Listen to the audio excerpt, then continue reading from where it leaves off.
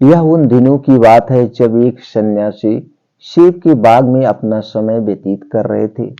उस समय तक सन्यासी की प्रसिद्धि दूर दूर तक फैल चुकी थी। लोग अपनी चिंताओं और समस्याओं का समाधान खोजने के लिए दूर दूर से सन्यासी के पास आते थे। ऐसे ही एक दिन जब सन्यासी सेब की जंगल में लोगों को उपदेश दे रहे थे, तो एक आदमी अपने 25 से 26 साल बेटे के साथ सन्यासी की ओर आ रहा था। जब वह उपदेश स्थल के पास पहुंचे तो सन्यासी ने उनकी ओर देखा और इशारा किया उसके पास बैठने के लिए। जब उपदेश समाप्त हो गया और सभी लोग चले गए, तब सन्यासी ने उस व्यक्ति को अपने पास बुलाया और बैठने को कहा। चारों ओर हरियाली थी, मौसम सुहाना था, तरह तरह के पक्षियों की आवाजें गूंज रही थी। ऐसा नजारा देखकर उस व्यक्ति को अंदर से बहुत शांति महसूस हो रही थी। इसके बाद सन्यासी ने उस व्यक्ति से आने का कारण पूछा। इस पर वह व्यक्ति बोला, महात्मा, मैं अपने बेटे को आपसे मिलवाने के लिए 2 दिन की लंबी यात्रा करके आया हूं। यह मेरा इकलौता बेटा है और वह हर वक्त थका रहता है। ऐसा लगता है कि इसमें जान ही नहीं है। इसका स्वभाव भी काफी चिड़चिड़ा हो गया है। अगर हम इसे कुछ भी कहें तो यह हमारी छोटी छोटी बातों पर गुस्सा हो जाता है। इसकी देखने की क्षमता भी उम्र के पहले ही कमजोर हो गई है और उसके बाल भी सफेद हो रहे हैं।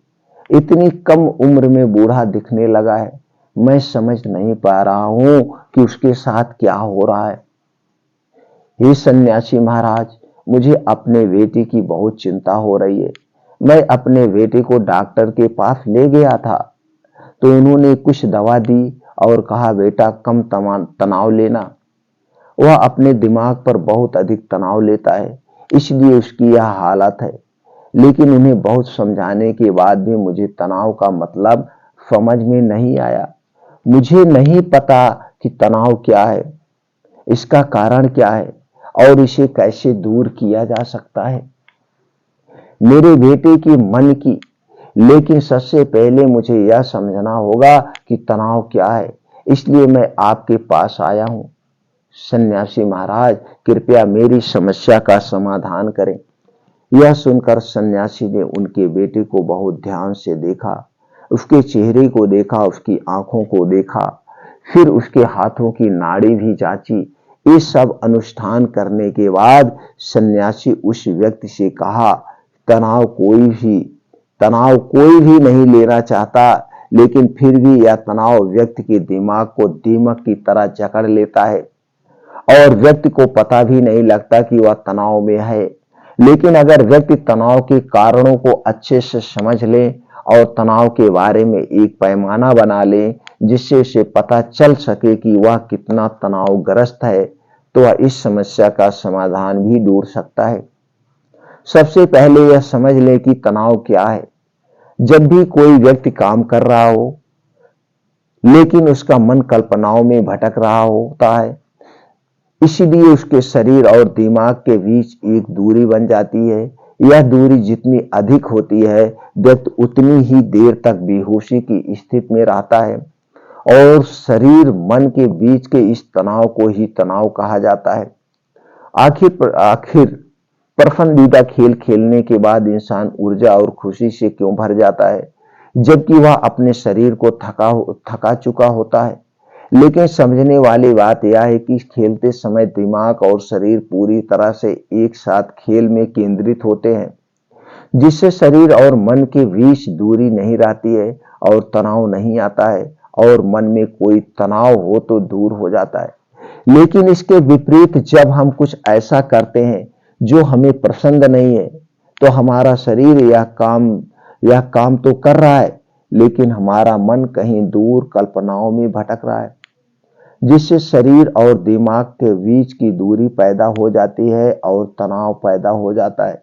इसलिए ऐसा करना चाहिए, एक समय में केवल एक ही काम करना चाहिए और अपने शरीर और दिमाग की सारी शक्ति उसी एक काम में लगानी चाहिए, ताकि व्यक्ति के अंदर तनाव पैदा ना हो। सबसे प्रमुख कारणों में से पहला है अति महत्वाकांक्षी होना। महत्वाकांक्षी होना अच्छी बात है, लेकिन क्या आपने कभी गौर किया कि उस आदमी का एक लक्ष्य कभी पूरा नहीं होता? उसका एक लक्ष्य पूरा नहीं होता कि वह दूसरे की ओर भागने लगता है। अगर दूसरा पूरा हो जाता तो फिर वह तीसरे को, और इस प्रकार वह गोल मोल घूमता रहता है अपने जीवन में अपने लक्ष्य को प्राप्त करने के लिए। इसलिए जो व्यक्ति अधिक महत्वाकांक्षी होता है, जो बड़े लक्ष्य निर्धारित करता है, वह कभी भी वर्तमान में नहीं रह सकता। उसका दिमाग हमेशा भविष्य की योजनाओं बनाने में व्यस्त रहता है। उसका शरीर वर्तमान में रहता है, लेकिन उसका दिमाग भविष्य में रहता है, जिससे इंसान के शरीर के बीच दूरियां पैदा हो जाती है और वह तनावपूर्ण जीवन जीने लगता है। सन्यासी के मुख से आवाज सुनकर लड़के ने सन्यासी से कहा, इसका मतलब है कि हमें लक्ष्य नहीं बनाना चाहिए, क्योंकि लक्ष्य निर्धारित करना भी महत्वाकांक्षा है। इसी बहाने सन्यासी ने कहा कि जीवन में लक्ष्य रखना कोई गलत बात नहीं है, लेकिन समस्या तब उत्पन्न होती है जब हम अपना सारा ध्यान उस लक्ष्य को प्राप्त करने के परिणाम पर केंद्रित कर देते हैं। व्यक्ति को वर्तमान में जीना चाहिए, एक लक्ष्य निर्धारित करे और उस लक्ष्य को प्राप्त करने की कड़ी मेहनत करते रहे। लेकिन साथ ही आपको यह भी ज्ञान होना चाहिए कि आप अभी भी वर्तमान में जी रहे हैं और वर्तमान सत्य है। सन्यासी ने आगे कहा कि ईर्ष्या ज्ञान का एक और बड़ा कारण है। जब कोई व्यक्ति ईर्ष्या से भर जाता है तो उसका मन अंदर ही अंदर सड़ने लगता है। ईर्ष्या एक आंतरिक घाव है, यानी मन का घाव। इंसान के शरीर का घाव तो ठीक हो सकता है, लेकिन मन का घाव कभी नहीं भर सकता है। इसलिए कभी भी दूसरों की उन्नति और खुशी से ईर्ष्या नहीं करनी चाहिए, क्योंकि ईर्ष्या तनाव का कारण बनती है। इसके बाद सन्यासी ने तनाव का अगला कारण बताया और कहा कि अरुचिकर काम भी मन में तनाव पैदा करता है। जो काम हमें पसंद करना नहीं है, उस काम को हमारा मन नहीं लग पाएगा। हमारा शरीर वहीं बैठ जाएगा, लेकिन हमारा मन कल्पना की उड़ान भरता है, जिससे शरीर और मन के बीच दूरी पैदा हो जाती है और व्यक्ति तनावग्रस्त हो जाता है। इसीलिए व्यक्ति को हमेशा अपनी रुचि के अनुसार ही कार्य करना चाहिए। यदि व्यक्ति ने यह तय कर लिया कि उसे कौन सा काम करना चाहिए और वह उसी काम को अपने जीवन का लक्ष्य बना लेता है, तब वह काम उसके लिए काम नहीं बल्कि खेल बन जाता है।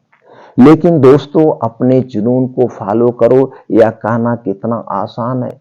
अपना सच्चा जुनून ढूंढना कितना मुश्किल है, क्योंकि आजकल ज्यादातर युवा सेलिब्रिटी और सोशल मीडिया से प्रभावित हैं। वे किसी भी काम को अपना जुनून मानते हैं और फिर कुछ दिनों तक कोशिश करने के बाद उसे बीच में ही छोड़ देते हैं, क्योंकि यह उनका जुनून नहीं था, और इस तरह अपना कीमती समय और ऊर्जा बर्बाद करते हैं। तनाव का चौथा कारण है दूसरों से अपेक्षा करना। सन्यासी ने उस व्यक्ति की ओर इशारा करते हुए कहा कि पिता के रूप में तुम्हें अपने बेटे से बहुत सारी उम्मीदें होंगी कि आपका बेटा बहुत सफल इंसान बने, आपका नाम रोशन करे और जैसा जीवन जीना चाहे वैसा जिए, आपकी हर बात माने। लेकिन क्या आज तक किसी की भी उम्मीद पूरी हुई है? जब भी कोई व्यक्ति दूसरे से कुछ अपेक्षा करने लगता है तो वह अनजाने में तनाव पैदा करना शुरू कर देता है। खुद के लिए जरा सोचिए, अगर आपका बेटा आपके मुताबिक काम नहीं कर रहा है और वह वैसा नहीं बन पा रहा है जैसा आप उसे बनाना चाहते हैं, तो निश्चित तौर पर तनाव आपके दिमाग पर हावी हो जाएगा। आप तनावपूर्ण जीवन जीने लगेंगे और इस तनाव में आप इस तरह व्यवहार और बातचीत करेंगे कि आपके अपने बेटे के साथ संबंध बद से बेहतर होते चले जाएंगे। इसलिए व्यक्ति को दूसरों से अपनी क्षमता से कम उम्मीद रखनी चाहिए, और अगर आप पूरी तरह से तनाव मुक्त रहना चाहते हो तो दूसरों से उम्मीद करना बंद कर दें। इसके बाद सन्यासी ने कहा कि शारीरिक कष्ट भी मनुष्य के तनाव का एक कारण है। जब कोई व्यक्ति किसी शारीरिक दर्द से गुजर रहा होता है तो उसका पूरा ध्यान उस दर्द पर होता है और वह सारा दिन बस अपने दर्द के बारे में ही सोचता रहता है, जिससे उसका मन दुखद विचारों से भर जाता है और ऐसे में व्यक्ति तनावग्रस्त रहने लगता है। यह सब सुनकर वह व्यक्ति बोला कि हे सन्यासी, शारीरिक कष्ट किसी भी व्यक्ति को हो सकता है, तो क्या वह व्यक्ति जीवन भर तनाव में रहेगा? इसका उत्तर देते हुए सन्यासी ने कहा कि मनुष्य को यह समझना चाहिए कि हमारा जीवन दुख का आधार है। जैसे जैसे हमारा जीवन चलता है, बीमारियां आती हैं और फिर अंत में मृत्यु आती है। इसलिए बीमारियां मानव जीवन का अभिन्न अंग हैं। इससे कोई नहीं बच सकता है। यह बस किसी के जीवन में समय से पहले आता है और किसी के बाद आता है, लेकिन सबके पास आता है। जब मानव मस्तिष्क एवं बात को अच्छी तरह से समझ जाएगा, तब उसे अपनी बीमारी के बारे में सोचकर ज्यादा तनाव नहीं लेना चाहिए, क्योंकि यह हमारे जीवन का अभिन्न अंग है और इसके लिए शारीरिक व्यायाम का अभ्यास करते रहना चाहिए और स्वस्थ जीवन शैली को भी अपने जीवन में जगह देनी चाहिए, जिससे उसका शरीर लंबे समय तक स्वस्थ रहकर ठीक से काम कर सके। तनाव का अगला कारण है अपनी योजनाओं को समझने के लिए समय न देना। कुछ लोगों के मन में यह विचार घर कर जाता है कि वह बिना सोचे समझे उस पर काम शुरू कर देते हैं और जब उन्हें उस काम में असफलता मिलती है तो वह तनाव से भर जाते हैं, क्योंकि उन्होंने उस काम को शुरू करने से पहले उस काम के बारे में पूरी जानकारी इकट्ठा नहीं की थी। किसी भी कार्य को शुरू करने से पहले व्यक्ति को उसके अच्छे और बुरे परिणाम के बारे में ठीक से विचार कर लेना चाहिए। व्यक्ति को यह भी अच्छे से सोचना चाहिए कि यदि यह योजना सफल नहीं हुई तो इसके बाद में मैं क्या करूंगा। इसीलिए व्यक्ति को अपनी योजनाओं को समझने के लिए पूरा ध्यान देना चाहिए, ताकि बाद में वही योजना तनाव पैदा ना कर दे। तनाव का 7वां सबसे बड़ा कारण टाल मटोल है। आज का काम कल पर डाल देना। आपने यह कहावत तो सुनी ही होगी कि आलस मनुष्य का सबसे बड़ा दुश्मन है। मनुष्य अपने आलस के कारण आज के काम को कल पर टाल देता है और फिर टालना उसकी आदत बन जाती है। टाल मटोल करने वाले का काम कभी भी समय पर पूरा नहीं होता है और अगर किसी कारण से हो भी जाता है तो उतना अच्छा नहीं होता है जितना हो सकता था और फिर यह बात इंसान के अंदर तनाव पैदा करती। लेकिन आखिरी समय पर टालना या ना करना एक आदत है, इसलिए ना चाहते हुए भी व्यक्ति बार बार इस आदत का शिकार हो जाता है और फिर काम को टालता रहता है और फिर जब काम की समय सीमा नजदीक आ जाती है तो वह उस काम को पूरा करने की कोशिश करता है। इसलिए तनाव मुक्त रहने के लिए व्यक्ति को काम को टालने की आदत को छोड़ना होगा और यह तभी संभव है जब लोग काम को समय से पहले पूरा करने का प्रयास करेंगे। तनाव का आखिरी और सबसे बड़ा कारण है ज्यादा सोचना। लगातार सोचना भी एक बीमारी है और यह उन लोगों में सबसे ज्यादा पाई जाती है जो कल्पनाएं करते हैं, जो अतीत की घटनाओं के बारे में सोचते रहते हैं और जो भविष्य के बारे में बेतहाशा अटकलें लगाते हैं। इसीलिए व्यक्ति को ज्यादा सोचने की आदत पर अंकुश लगाना चाहिए। उसे जितना हो सके खुद को काम में व्यस्त रखने की कोशिश करनी चाहिए और प्रतिदिन ध्यान के अभ्यास को अपने जीवन का हिस्सा बनाए।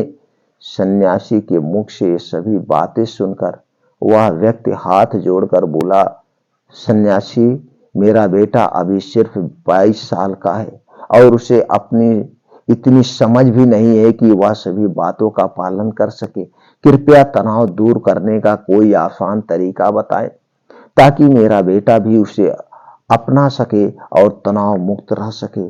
उस व्यक्ति की यह बात सुनती है, यह विनती सुनकर सन्यासी ने कुछ सोचते हुए उत्तर दिया, यदि आप इतनी सारी बातों का पालन नहीं कर सकते हो तो इसके लिए एक ही आसान तरीका है।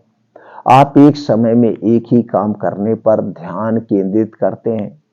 आप उस समय जो कर रहे हैं बस उसी पर ध्यान केंद्रित करें और यदि आपका मन भटकता है तो जैसे ही आपको याद आए अपना ध्यान उस काम पर लौटा दे। तनाव मुक्त रहने का यह सबसे आसान और अच्छा तरीका है।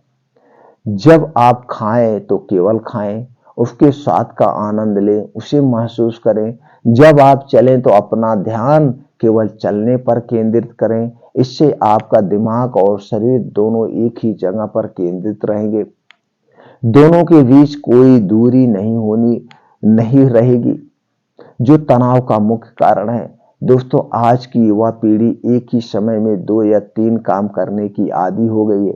जैसे फोन पर बात करते हुए गाड़ी चलाना, खाना खाते समय टीवी देखना या फोन का इस्तेमाल करना। और फिर उनकी शिकायत रहती है कि मैं तनाव में रहता हूँ, मेरा मन बेचैन रहता है, मैं चिड़चिड़ा हो गया हूँ। जब कोई व्यक्ति एक समय में 3 काम करता है तो यह स्वाभाविक है तनाव उत्पन्न होना, क्योंकि दिमाग एक समय में एक ही काम पूरे ध्यान से कर सकता है।